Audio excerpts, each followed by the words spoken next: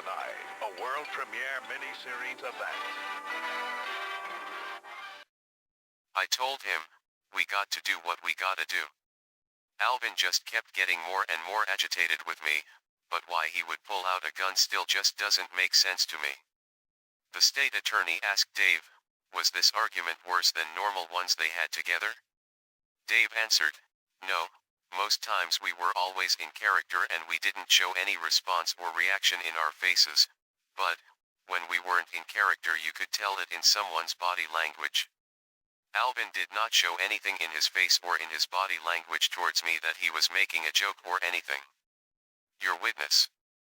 The defense attorney asked Dave to clarify to the court whether or not Alvin showed any malice beyond the normal that they both had when performing before the microphone. Dave scratched his head, and said, I don't get what you're trying to imply, but, I knew he was more upset that day than he normally was. I got that much from how he spoke to me.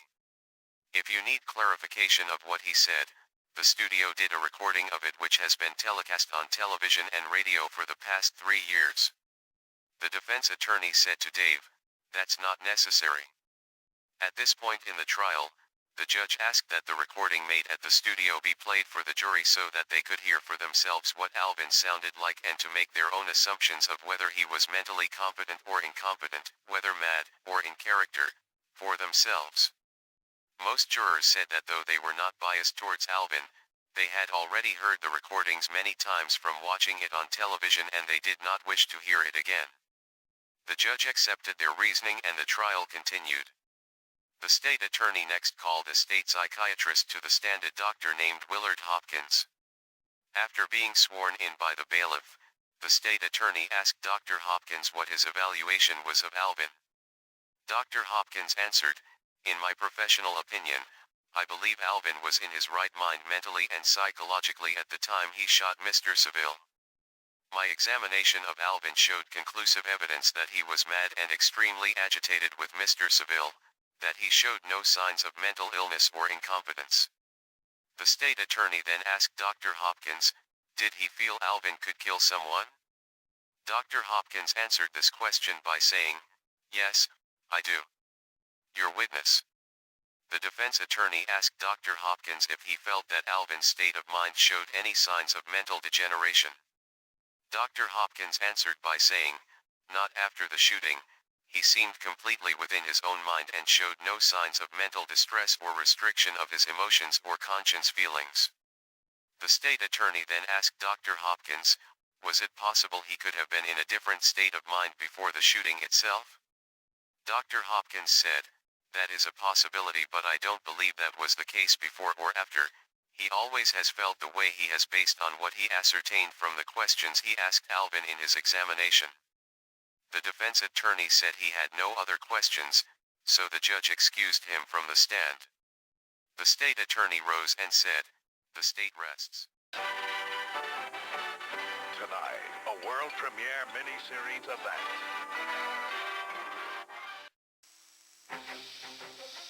This is Newswatch 8 Update, brought to you by Cash and Carry. Good evening, I'm Bob Height. And I'm Gail Sirens. Tonight at 11 on the Night Watch, Channel 8 exposes an alleged child abuse case that puts HRS on the hot seat. Now HRS is reopening the Freeman file. We'll have that follow-up story. A big day in court tomorrow for some former Hillsborough County commissioners, and the clues continue to be pieced together with hopes of finding out why the Space Shuttle Challenger exploded. Now this. At Cash and Carry, we leave the choosing up to you, like when buying produce. And that's really the best choice, because it's always your choice. Cash and Carry. Join us at 11. Friends acting funny? Maybe it's your breath. Now there's new Milk-Bone Mint Flavor Dog Biscuits. Mint Flavor biscuits put the bite on bad breath and clean your teeth. Because like all Milk-Bone biscuits, each crunch helps scrape away food particles and plaque that can cause bad breath. New Mint Flavor Milk-Bone Dog Biscuits with the cool taste of mint that everybody loves. Milk-Bone Dog Biscuits, twice a day. Catch Quincy, weekdays at 5. Tonight, a world premiere miniseries event. The judge asked the defense attorney if he had any character witnesses or others who he wished to question.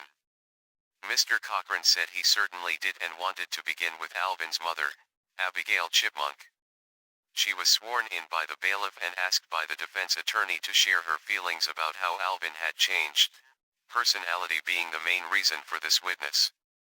She said, Alvin had always been a good chipmunk and she never thought he'd do something like this. The defense attorney asked her to stay on the question asked and not deviate from the subject. She then said, yes, he used to be so loving and outspoken with her and his siblings, but had changed in character and outward interests in the past few months. The defense attorney asked her to be more specific. Alvin's mother said, he has always been compassionate towards anyone he met and now he had become shallow, withdrawn, and closed-minded. Even she wasn't treated like she was his mother, according to her responses. The defense attorney said, your witness. The state attorney asked Alvin's mother if they had maybe had arguments, which made her feel this is why his personality had changed.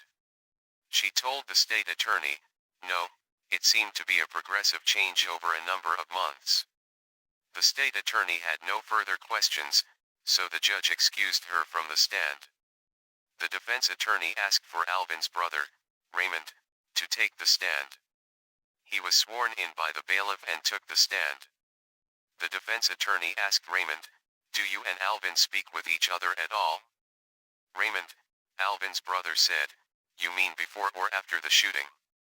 The defense attorney said, at any time? Alvin's brother then said, before the shooting, we used to be really close. Then, about 2 months ago he started getting mad about everything we did. He'd complain about anything I said about his career, if he was happy. It's like he wasn't the same chipmunk. Like, he wasn't my brother. The defense attorney asked him, do you mean his whole perceptions about his family was different now? Alvin's brother said, yes, that's exactly what I'm saying. Your witness. The state attorney asked Raymond, Alvin's brother, to clarify whether or not he was in close contact with Alvin all the time. Raymond, Alvin's brother, answered, we were in touch with each other just like any brother would, not every single day. The state attorney then asked Alvin's brother, your assumption of his mental change is all based on 1 or 2 visits with each other, correct? Alvin's brother answered by saying, no, that is not what I'm saying. I'm talking about several months' time and not 1 or 2 weeks. The state attorney told the judge, I have no further questions for this witness, Your Honor. The judge then excused Alvin's brother from the stand. The defense attorney then called his own psychiatrist to the stand, who evaluated Alvin between 1968 and 1969. Mr. Cochran told the judge that the state attorney's office would not allow him to have a doctor examine Alvin prior to 1968 because Alvin was constantly in isolation because of fights with other inmates. Deputy sheriffs who were in the prison at that time stated to the judge under a separate deposition that Alvin's constant, unruly behavior forced them to isolate Alvin from the other inmates. The psychiatrist's name was Dr. Olaf Markham.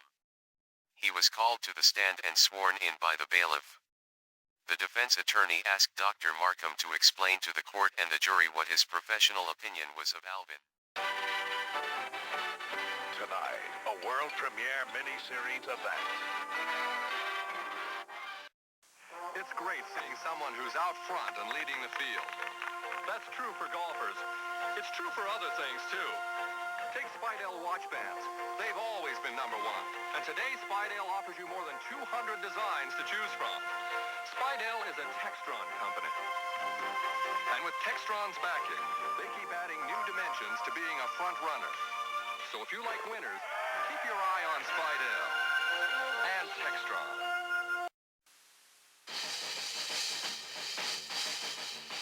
Keep a knocking, but you can't come in. Keep a knocking, but you can't come in. Keep a knocking, but you can't come in. Come back tomorrow night and try it again. Keep a knocking, but you can't come in. Come back tomorrow night and try it again. Woo! Why knock yourself out. Use the real Yellow Pages from Southern Bell. It's here or nowhere. Come back tomorrow night and try to get wild. There's only a few days to save in Toyota's Closeout Roundup. No bull. Toyota dealers are busting out the bargains. $1,000 rebates on this Camry. Plus factory leader incentives could save you up to $1,500. $1,000 rebates on Toyota's lowest priced trucks. Plus incentives that could save you up to $1,800. From Corollas to 4x4s, Toyota is closing out inventory with big savings. Through October 3rd, you could save up to $1,800, and that's no bull. It's a Bulldog Tailgate Tent Sale. Catch the Bulldog spirit with the best selection of personal computer products ever assembled at the best prices of the season. The EverX 2801A386 comes with DOS 101 keyboard, serial and parallel ports, hard disk controller, EGA color card, and EGA monitor for only $32.95. Starting at 9 a.m. Saturday and 10 a.m. Sunday, you'll find these and all kinds of computer bargains at the Bulldog Tailgate Tent Sale at our new location a mile west of I-85 on Jimmy. Tonight, a world premiere miniseries event. Dr. Markham said, I examined Alvin for 12 months, approximately 3 out of 4 weeks each month, speaking to him about what happened on Christmas Day in 1965 and how he had been feeling before and since the time he had been incarcerated in the jail. His answers disturbed me, because they came across as being threatening and extremely disorientating. In my professional opinion, this individual should not even be in a normal jail environment because with his violent tendencies and mental state of mind, he poses a serious threat to the other inmates. The defense attorney asked Dr. Markham, do you think his state of mind now is worse or different because of being incarcerated in jail? The state attorney objected to this line of questioning, saying it is an unfair evaluation of an inmate who has been incarcerated more than 2 years since their arrest. The judge overruled and asked the doctor to answer the question. Dr. Markham said, besides my examinations, I also checked other exams that were done of Alvin by those doctors who serve within the jail, hoping it could give some insight as to his state of mind when he was arrested. Though these were not trained psychiatrists or psychologists, they stated he was unruly and uncooperative from the time he was brought to the jail and had become increasingly violent towards other inmates in the time since. Having done my own evaluation of Alvin, I strongly believe he has become worse, but he already had these feelings of hate before the shooting. His mental stability had begun to degenerate, as his own mother stated earlier. I have no further questions, your witness. The state attorney asked to approach the judge's bench and they conferred with each other for approximately 10 minutes. No record of what was said could be obtained. After this, the state attorney asked Dr. Markham, do you believe that Alvin could possibly be someone else, a dual personality perhaps? The doctor then answered by saying, Alvin did not show any schizoid behavior towards me whenever I examined him, so I cannot say he has any such tendencies. The state attorney then asked Dr. Markham if he believed, in his professional opinion, that a person could feel such hatred towards another person on the basis of that person's financial status that they could possibly shoot someone for those reasons. The doctor then answered, if you're implying Alvin shot Dave Seville over money, that kind of situation was not beyond probability. Alvin's hate that he projected towards me in threats and hostilities could very likely stem from other causes, besides what he endured in the prison system. The state attorney then told the judge he had no further questions. The judge asked the defense attorney if he had any cross-examination that he wanted to give Dr. Markham, but the defense attorney said no. The judge excused the witness from the stand and recessed for the day. On the next day of the trial, the defense attorney requested only one further witness to be called to the stand. He asked Alvin himself to testify before the jury and the court. Alvin was sworn in by the bailiff and he was told by the judge that if he made any vulgar statements, he would be held in contempt of court. The defense attorney then asked that this be stricken from the record, showing bias by the judge against Alvin himself. The judge adamantly stated, no. The defense attorney asked Alvin point blank, did you kill Dave Seville? Alvin answered by saying, no, I don't remember that ever happening. The defense attorney asked Alvin, What do you remember? Tonight, a world premiere miniseries event.